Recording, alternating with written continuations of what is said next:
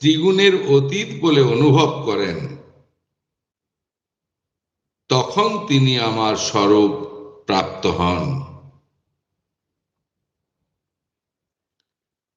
নন্যং গুণেভ্য কর্তারং যদা দ্রষ্টানুপশ্যতি গুণেভ্যশ্চ পরং বেত্তি মদ্ভাবং সহধিগচ্ছতি।